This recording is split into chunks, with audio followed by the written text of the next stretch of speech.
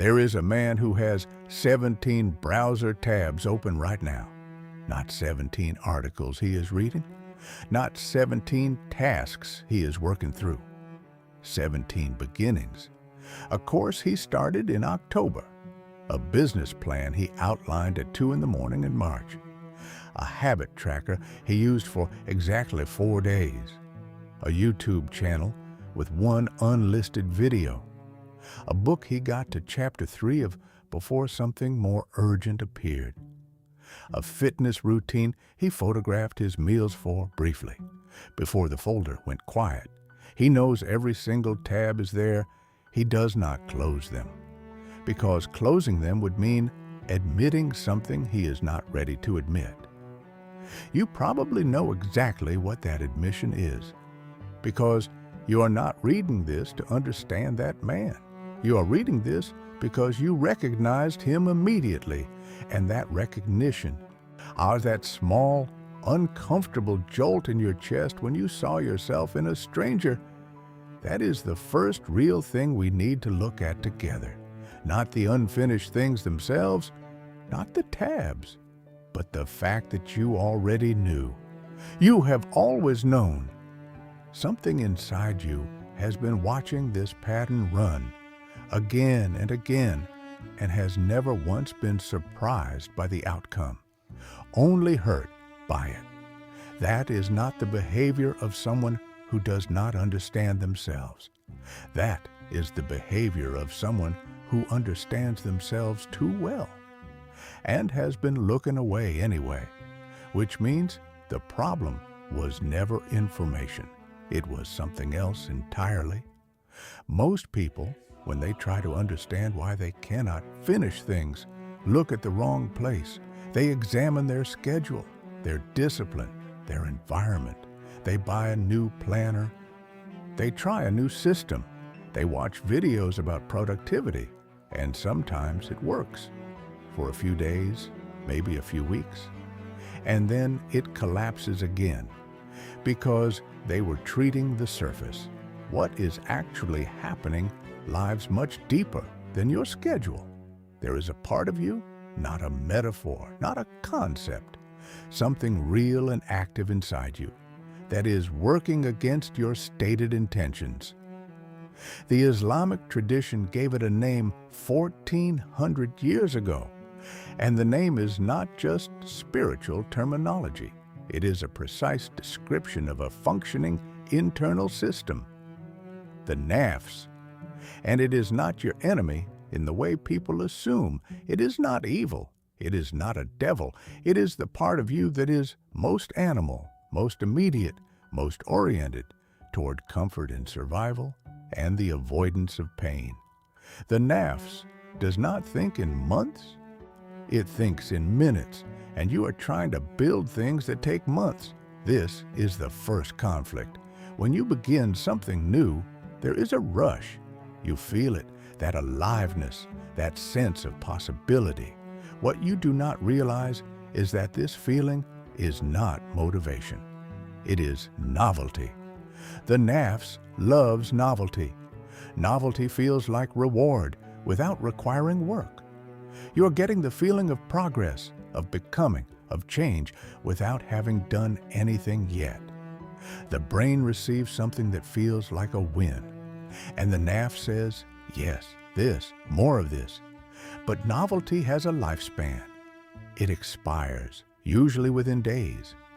And when the novelty fades and the actual work begins, the repetitive, unglamorous, invisible work that real things are made of, the Nafs looks at it and feels nothing. Not resistance, not fear, just flatness. And flatness to the Nafs feels like a signal that something is wrong, because the Nafs interprets the absence of pleasure as the presence of a problem. So it begins to pull you away, not dramatically, gently. It offers you something slightly more stimulating, a different tab, a different idea, a conversation that feels easier, a task that has a faster completion loop. And you follow it without even noticing you followed it. You think you got distracted. But the Nafs did not distract you randomly. It distracted you precisely. It pulled you toward the thing that would give it relief from discomfort fastest. This is not weakness. This is a system working exactly as it was built to work. The problem is that this system was designed for a different world. A world where the task in front of you was find food, avoid danger, or maintain the tribe, short loops, immediate feedback, survival. The Nafs is extraordinarily good at navigating that world. But you're not trying to survive. You're trying to build. And building is a long loop. Building requires you to do things now that pay off later, sometimes much later. Building requires you to sit with discomfort, with uncertainty, with the unbearable middle part, where nothing looks finished and nothing feels rewarding, and you genuinely do not know if any of it is working. The Nafs cannot tolerate the middle part, so it makes you start again. Because starting is the closest thing to novelty that is still available. A new beginning gives the Nafs the rush it craves without requiring it to endure the long, unrewarding stretch of continuation. You are not quitting because you are a quitter. You are quitting because some part of you has found a loophole. If I keep starting new things, I can keep experiencing the feeling of forward movement without ever having to pass through the desert of the middle. And you have been living in that loophole for a long time.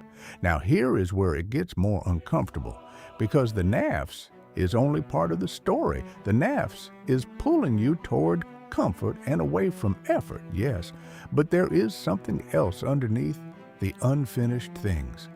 Something the Nafs is actually protecting you from. Think carefully about the things you started most intensely, the ones you were most certain about, the ones you announced, the ones you told people about or secretly planned entire futures around.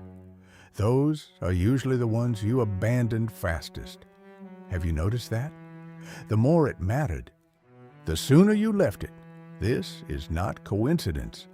This is the Nafs performing its deepest function: protection from exposure.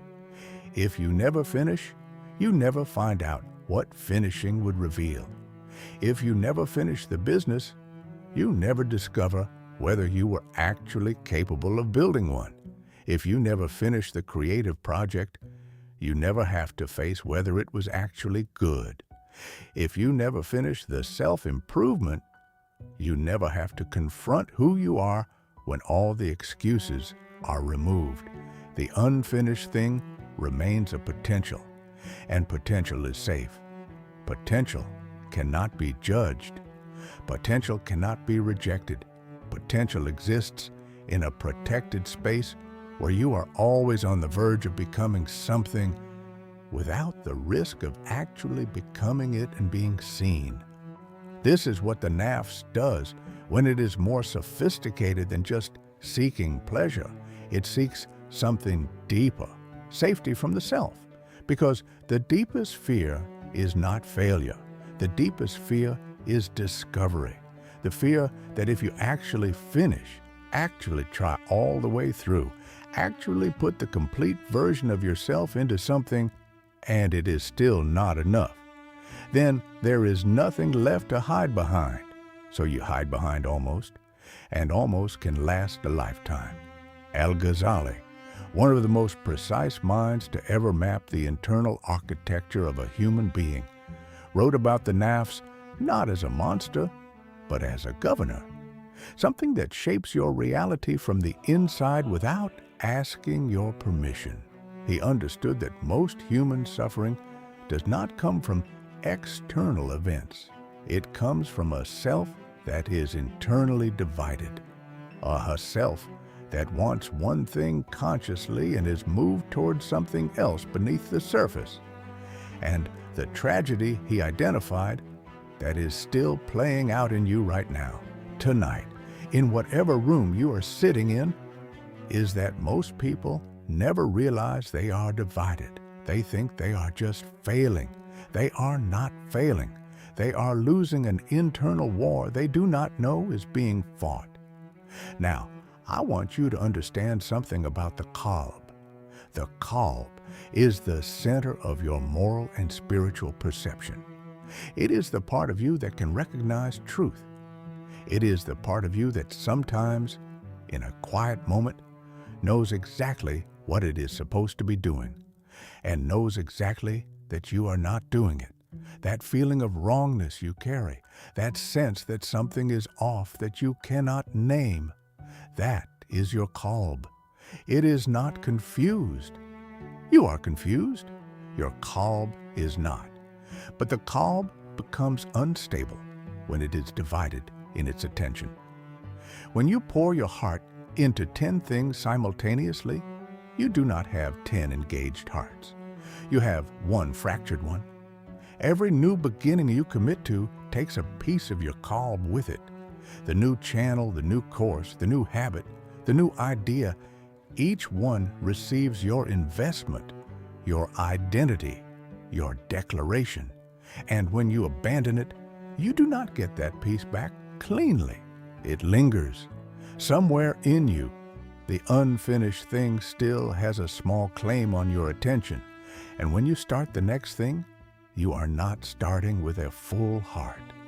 You are starting with whatever remains after all the previous claims have taken their share. This is why, over time, the beginnings feel less exciting. It is not that you are becoming more cynical. It is that you have less of yourself left to invest. The first time you start something with real conviction, there is a wholeness to it. The 10th time, there is something hollow. You go through the motions of excitement because you remember what excitement felt like. But the Qalb is not fully in it anymore because the Qalb has been betrayed too many times, not by other people, by you. Every time you made a promise to yourself and broke it, the Qalb recorded that. It does not keep score the way the mind does, rationally, analytically. It keeps score the way the body keeps score of trauma. It becomes cautious. It becomes slightly less willing to commit fully, because it has learned through your own behavior that your commitments do not hold, that the intensity of the beginning does not predict the survival of the middle. So the Qalb begins to protect itself, and you experience this protection as a kind of numbness, a flatness toward things you used to care about, an inability to feel as excited as you think you should. You look at something you once dreamed about and feel almost nothing, and you cannot understand why. You assume the dream was wrong, or that you are wrong. You do not realize you are experiencing the withdrawal of the Qalb from something it no longer trusts you to follow through on.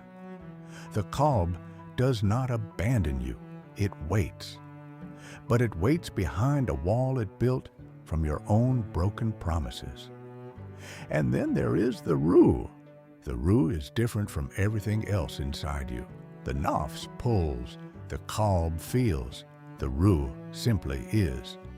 It is the deepest dimension of what you are, the part that was breathed into you before you became anything else.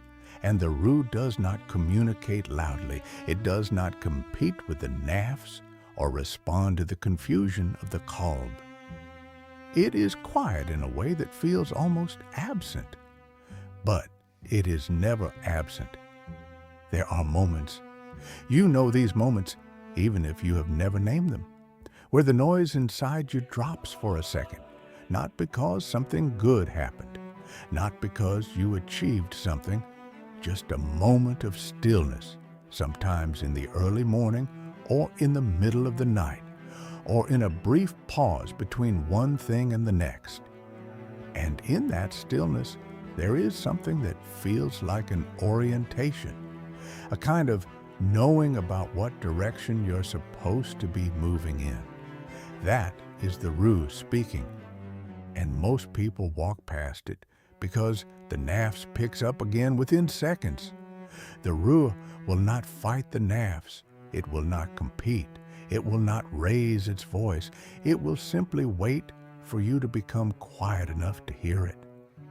And in a life that is constantly beginning new things, constantly generating new stimulation, constantly filling space with new plans and new ideas, there is almost no silence.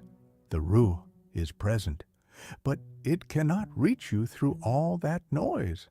This is perhaps the most precise description of your situation. You are not someone without direction. You have a direction. The Ruh knows it. But between the Ruh's quiet signal and your actual daily behavior, there is the Nafs, loud, reactive, hungry, and a Qalb that has become unsure of its own judgments. And so, the signal gets lost. And you mistake the loss of the signal for the absence of a signal, and you keep searching for direction in new beginnings, new plans, new projects, new versions of yourself, when the direction was always there, beneath all of it, waiting for you to stop. Now, I want to be precise about something. The solution is not what you think. You are probably expecting this to arrive at discipline, at systems, at some strategy for forcing yourself to finish things. And yes, behavior matters, structures matter, your environment matters. But if you try to impose discipline on top of an internally divided self without understanding the division, you will build a structure on sand. It will hold for a while. It will collapse. And you will add that collapse to the list of evidence your Qalb has accumulated about your unreliability. The first thing that needs to happen is not external. It is the recognition, honest, unflinching, of what is actually happening inside you. You need to look at the Nafs without shame and without indulgence. Not to beat yourself for it, not to excuse yourself because of it, but to see it clearly. To say, I understand now why I keep starting things. I understand the comfort I was getting from novelty. I understand what I was avoiding by never arriving at the middle. And I understand that this system, left unexamined, will continue running regardless of my conscious desires until I interrupt it at the source. The interruption begins with a question, not how do I become more disciplined? That is still the surface. The real question is, what am I afraid to discover if I actually finish this? Sit with that, because most people cannot answer it immediately, because the answer lives in the part of themselves they have been most carefully avoiding. But if you are honest, and I mean deeply uncomfortably honest, there is an answer. There is always a specific fear underneath the unfinished thing. Sometimes it is the fear of discovering you are not as capable as you believed. Sometimes it is the fear of success, because success brings visibility, and visibility brings judgment, and judgment feels unbearable. Sometimes it is the fear of running out of identity, because if you are always becoming something, you never have to fully confront what you already are. Name the fear, not to eliminate it. Named fears do not disappear, but named fears lose their ability to operate in darkness. The Nafs is most powerful when it is invisible. When you do not know it is pulling you, it pulls you completely. The moment you can see the pull, the moment you feel the familiar restlessness rising, the new idea forming, the old project feeling suddenly less interesting, and you can say, I see you. I know what you are doing. You are searching for relief from the discomfort of continuation. The Nafs does not vanish, but it loses some of its automaticity. You are no longer responding, you are choosing.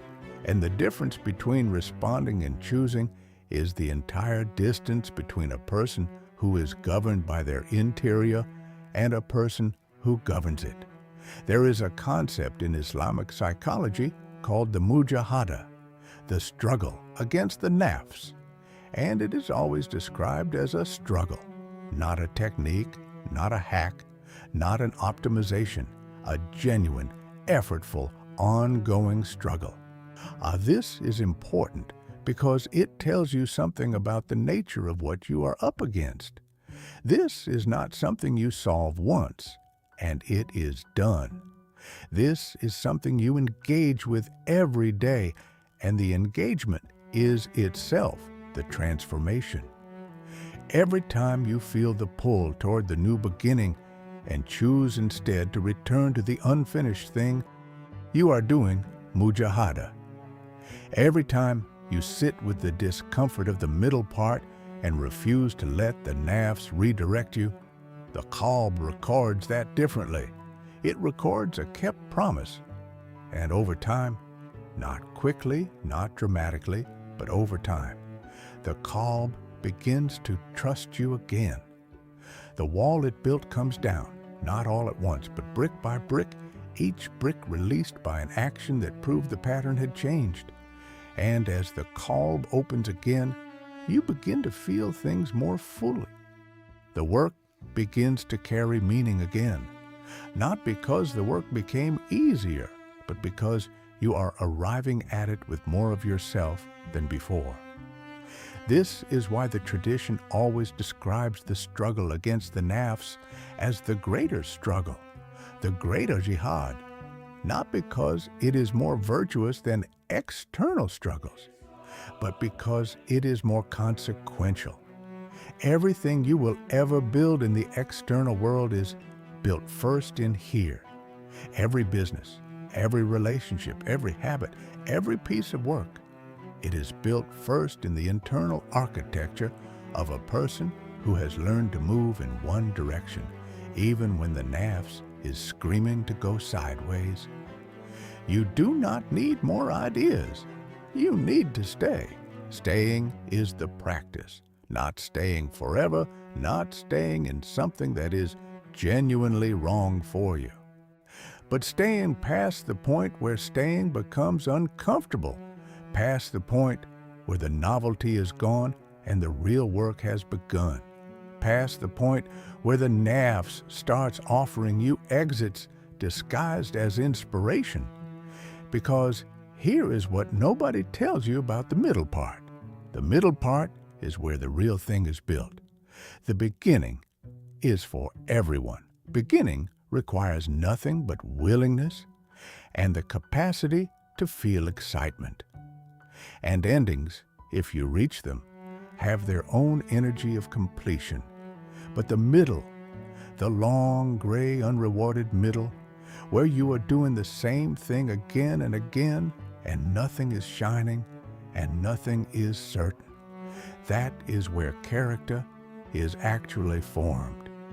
That is where the difference between a person who talks about what they are building and a person who actually builds something becomes visible. Not to the outside world. The outside world does not see the middle. Only you see the middle. You and whatever is watching from inside. The Ruh sees it. And the Ruh, unlike the nafs, is not moved by the excitement of the beginning. The Ruh is moved by something else, something quieter. The Ruh responds to sincerity, to the act of continuing, not because it feels good, not because you are being watched, not because there is a reward on the other side, but because this is the direction you chose and you are honoring that choice even when everything in you wants to choose differently. That is sincerity. And sincerity is not a feeling. It is an act repeated in the absence of feeling. When you return to the unfinished thing, not because you feel like it, not because you are suddenly inspired, not because the Nafs has finally quieted, but just because you said you would, and you are keeping your word to yourself. Something shifts, not visibly, not with a dramatic internal revelation, just a small, quiet calibration. The kind of calibration that, done enough times, produces a completely different human being. This is how transformation actually works. Not in the beginning, not in the inspiration, not in the plan, in the return, always in the return. You have left things unfinished. That is not a verdict on your character. It is a description of where you have been internally. What has been pulling you?